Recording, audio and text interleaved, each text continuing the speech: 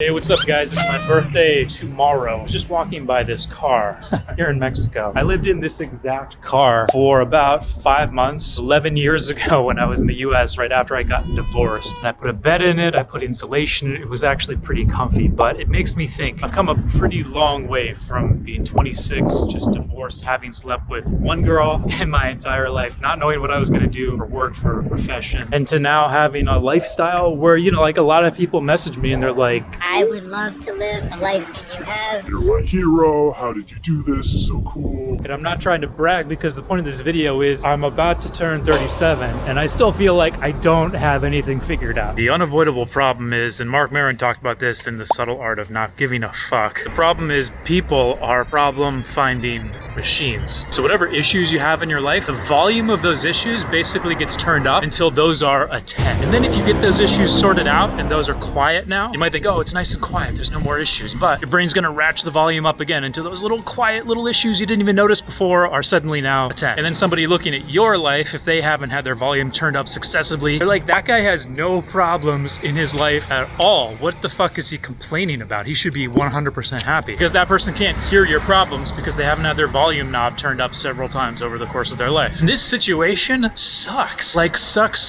On a species level, it's good because we're always looking for new solutions. We're always trying to optimize and make things more efficient. But on a personal level, we're never content. We always have bullshit. And yeah, I don't have a solution here. I'm just trying to bring it to your awareness that this is normal. Those problems that you legitimately have in your life, they were probably like nothing compared to somebody who lived 200 years ago. Does that make you feel any better? No. It doesn't even make you feel better if you suffered those issues like 6 months ago and now you don't. You just forget about it. It's called hedonic adaptation. It's just how it works. But I've got 3 things for you that you can think about related to this problem. 1 is, don't beat yourself up. It's normal. 2 comes from Mark Maron, The Subtle Art of Not Giving a Fuck, which is you can choose which problems you want to have. You're always going to have problems, but you can upgrade and choose better problems. Problems that you enjoy facing more. For instance, say you're going from working at Walmart to being a manager to being the CEO. The problems you're going to experience on a day-to-day basis at those 3 different levels are very valid, very real. You're going to experience a world of problems doing either of those 3 roles. It's just which ones resonate more with you. If you fucking hate managing people, you don't want to be a manager. If you hate repetitive manual work, you don't want to work on the floor of Walmart. And if you can't handle the stress of hundreds of thousands of people's lives depending on your good or bad decisions, you don't want to be the CEO. If you have a certain disposition, you won't be able to sleep. You won't be able to function in that role. So the second point, figure out what type of problems you want to deal with because you're always going to have problems. And then third is something I heard from Joe Rogan, which is make your own bullshit. The idea here is, since you're always going to have problems, if you give yourself a big ass problem of, in Joe Rogan's case, working out like a motherfucker every single day, then the rest of the problems you experience that day don't seem as big in comparison to what you put yourself through. It's essentially taking back control because somebody can come to you with a huge ass problem. But if you've already given yourself a huger ass problem before that, that problem that person hands you is not going to be as big of a deal. So you can inoculate yourself to bad shit by giving yourself bad shit. And then of course, make sure you're getting enough sleep, good nutrition, adequate exercise. If you've got trauma in your life, deal with it. Experiment with like antidepressants if you know you've got some chemical imbalances. Maybe try microdosing LSD or mushrooms. That's something I want to try. But again, I'm going to come back to point number 1. You're never going to be happy. There's always going to be good parts of your day and bad parts of your day. There's going to be good parts of your week, bad parts of your week. There's going to be shitty parts of your life and great parts of your life. That's normal. Don't beat your fucking self up about it. So I'm turning 37 tomorrow. And at least when I have a birthday, I try to think about what are the big things in my life that I might be missing? What are my big blind spots that I could be like royally fucking up on? So that's something I'm going to be thinking about the next few days. Hope you have a good week. And I'm going to put a link here to 6-Step Squirting if you want to check out my program. Make any girl squirt. Feel more confident in the bedroom. All right, guys.